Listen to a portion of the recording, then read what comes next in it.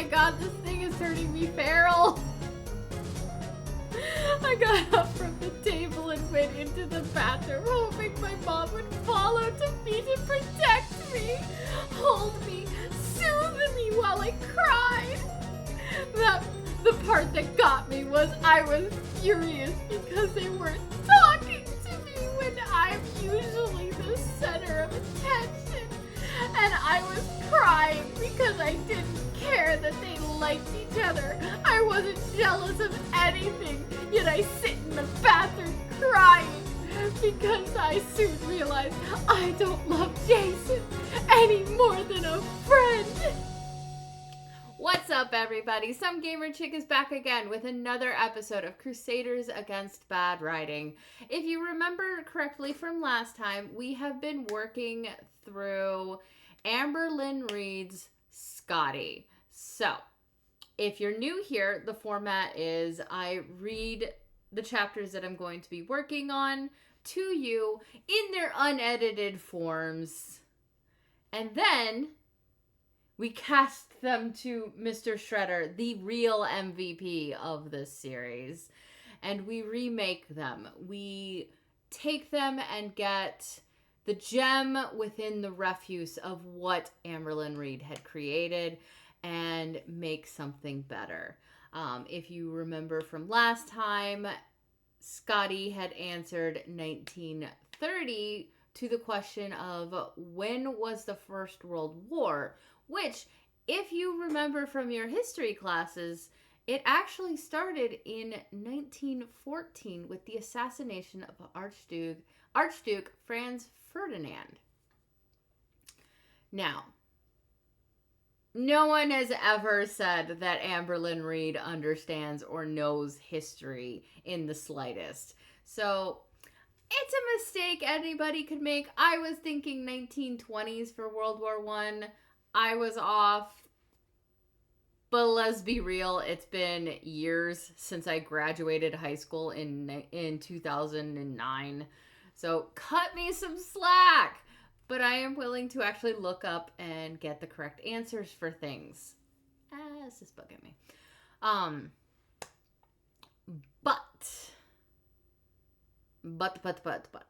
Originally, I was only going to do 3 chapters, but reading ahead on this, I realized we might as well do chapters 6 to 10 today. I have some thoughts on where to go with things and how to work on things. I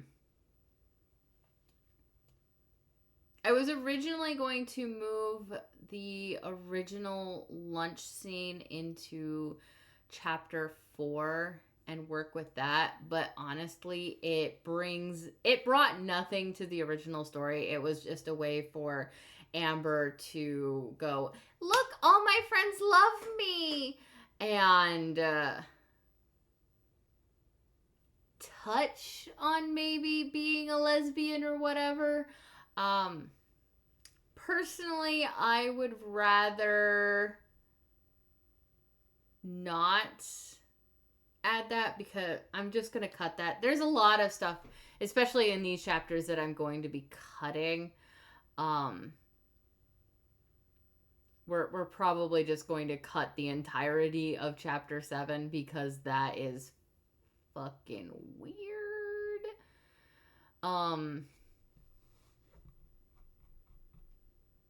There really wasn't much. I have no idea how she got 90-something chapters. Still didn't finish it.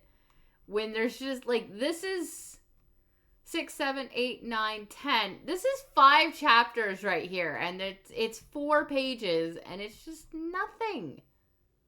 It's nothing! But let's get on with this. Let's dive in. Let's have some fun.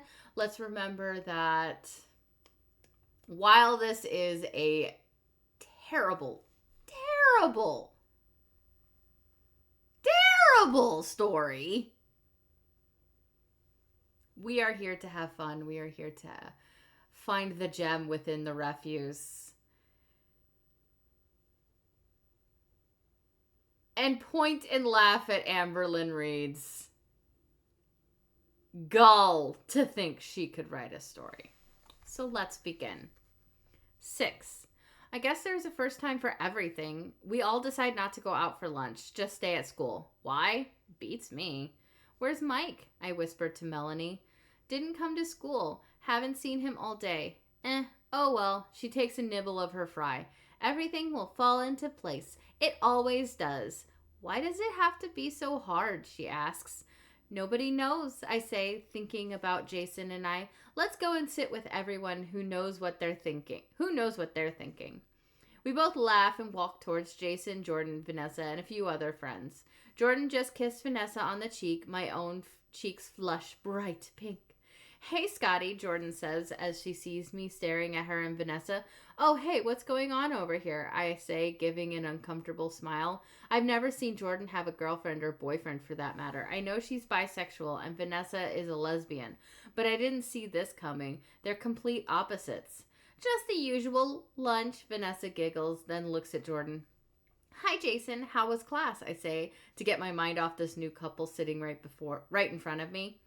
They were a definite opposites. Girly versus, well, not girly. Good, yours, he responds, complete opposites. I thought about another relationship, mine. 7. Thanks for picking me up from school, but why? I asked my mom as she pulled out of my school driveway. Well, I figured we could spend some quality time together. By doing what? Grocery shopping? I asked, hoping she would say yes. My mother and I had a thing where we loved going grocery shopping. She says, our limit is sky high! Every time before entering Fry's. What is with Amber and all of this fucking food? The most we have ever spent at once was $761.52. That is very specific. My dad always asks how that's possible. We answer with, sky high is the limit. Then we laugh.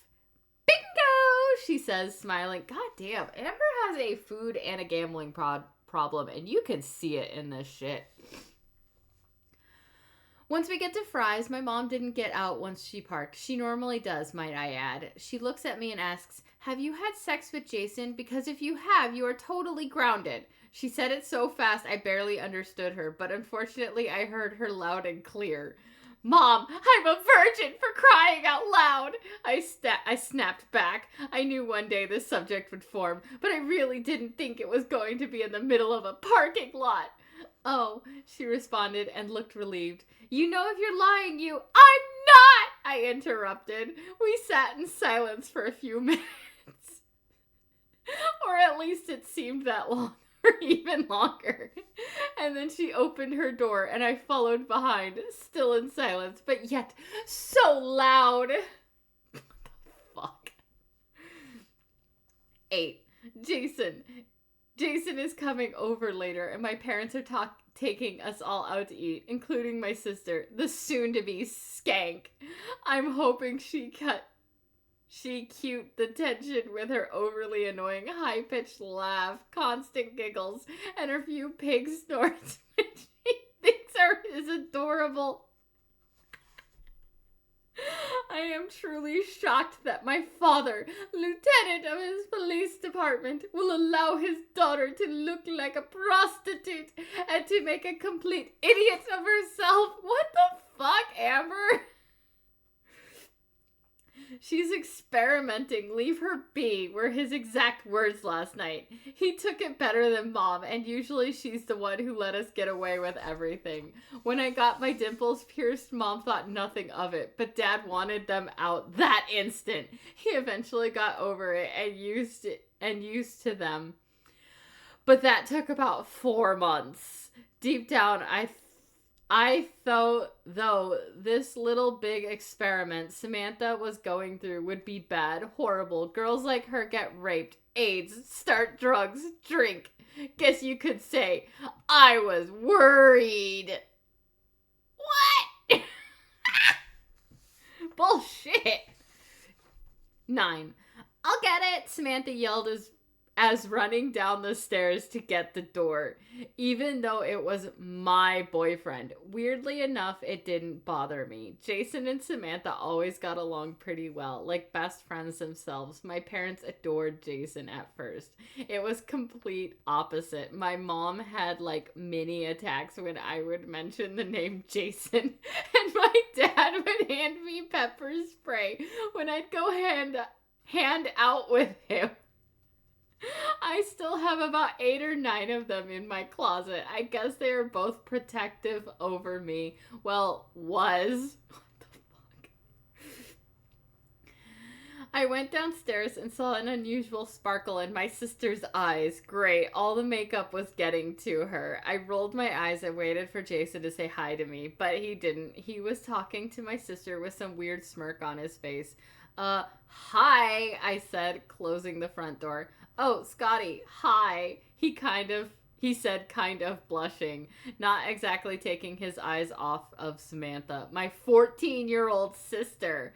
I was just laughing inside, and I think they noticed. What's so funny? My sister asked after complimenting Jason on his outfit. He did look mighty good today. He usually did, but he liked to impress my parents, so though his outfits would determine how much my parents liked him. If they liked him anymore, they would be praising him and kissing his feet. I then laughed as quiet as possible. Nothing is funny, I said. We all sat down in the living room, them sitting on the couch and me in the chair. Odd. 3 cushions, 2 people. I kind of got annoyed but didn't want to show it.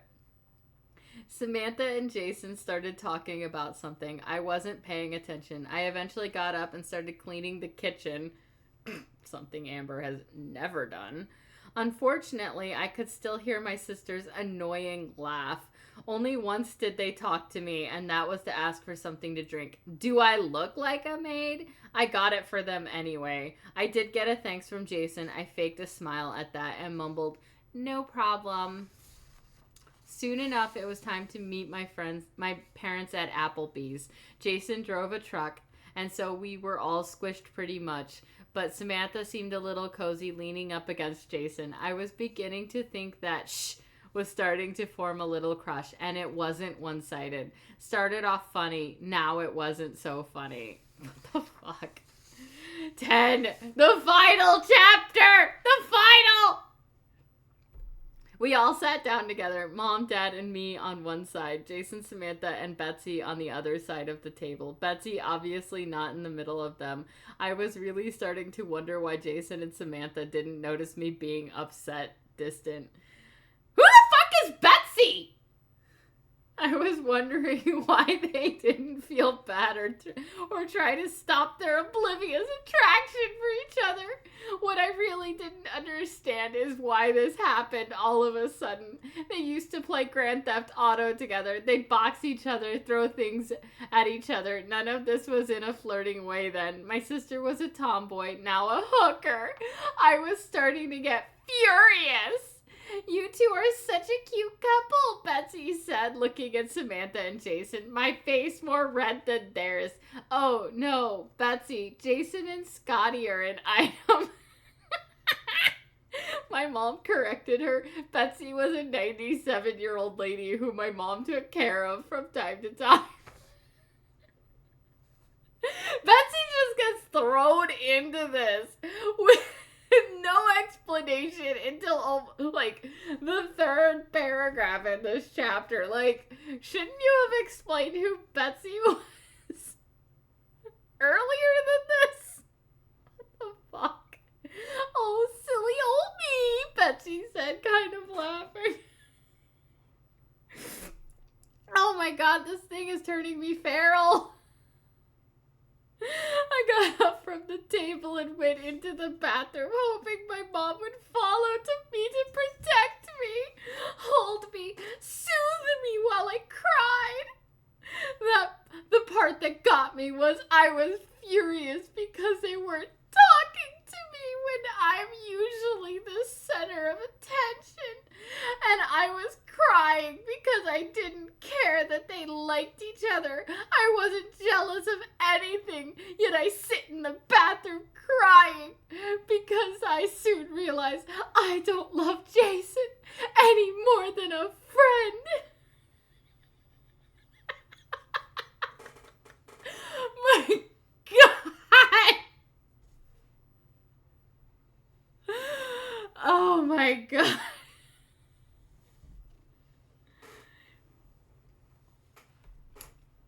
He agrees. This story is so feral.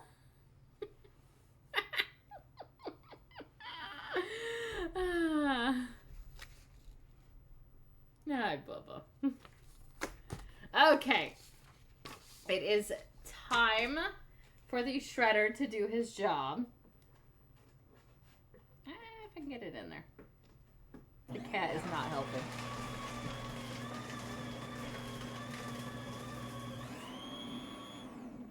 Thank you, Mr. Shredder. You are truly the real MVP of this story. Alrighty. Let's get to this. Alright.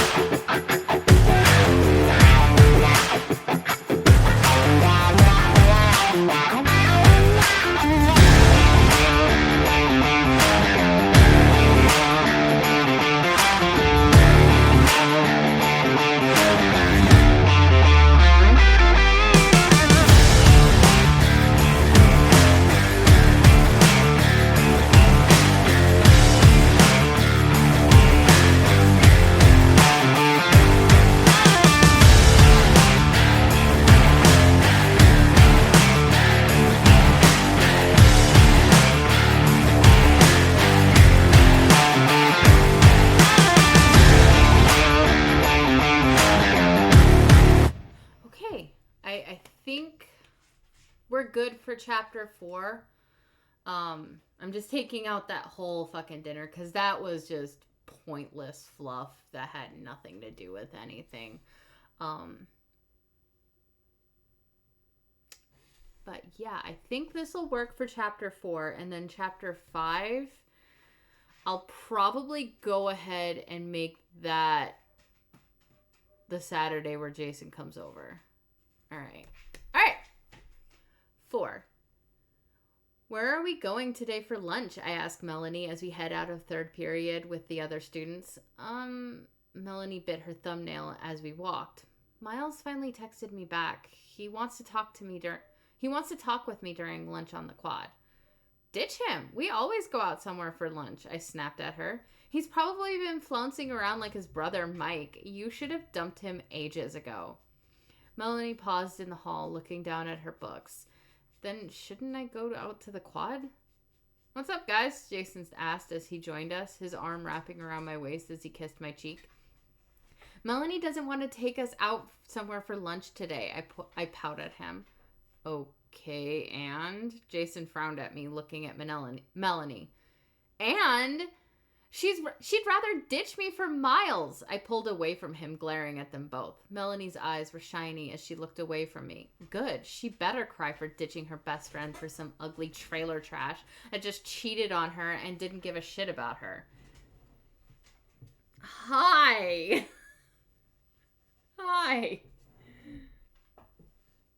My dog just... We get good girl. Okay, where were we? Come on, Melanie, Jason said, taking her hand and turning away from me. I stood there with my jaw on the floor as I watched them walk away from me. Fine, I growled under my breath and went to the cafeteria. I found Jordan and Vanessa with the rest of the girls' volleyball team. They didn't want to leave campus for lunch either. Mike was with the rest of the band geeks. I texted him, watching him from the other side of the cafeteria. He looked at his phone before putting it back in his pocket and resuming his conversation with his friends. What the hell? He was always down to do what I wanted. The lunch line was already packed, snaking its way into the hall as I joined the rest of the unwashed masses, chatting eagerly as they waited for their turn to choose from the subpar choices: Discount Subway, Temu Papa John's, and Wish Fazoli's. Even mall food was better than this crap. When I finally sat down with my fake spaghetti, there were only 10 minutes left for lunch. I didn't care, taking my time to eat my lunch and skipping the rest of third period. The rest of the week went by smoothly. Mike hadn't totally disregarded me for the geeks. Miles showed up at school, Melanie glued to his side.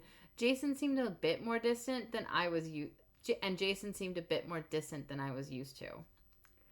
Friday, though, that's when Mom hit me with the news. Saturdays, Jason was going to be coming over to help Samantha with her math homework. She never got me a tutor for my math homework. And there we have it, Chapter 4 of Amber. I hope you enjoyed it. Don't forget to like, comment, subscribe. And I will definitely be leaving a link in the description below. But don't forget to check out my books on Amazon. July 1st to 5th, Dom Pearson's will be free on Kindle for everybody.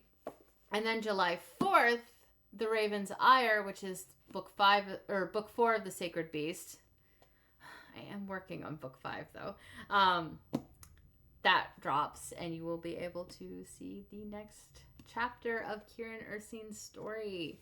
I am excited for you guys to see it. I hope you enjoyed today's video, and I will catch you guys in the next one. This is Some Gamer Chick signing off, and I have earned myself a nice bowl of ramen. Bye.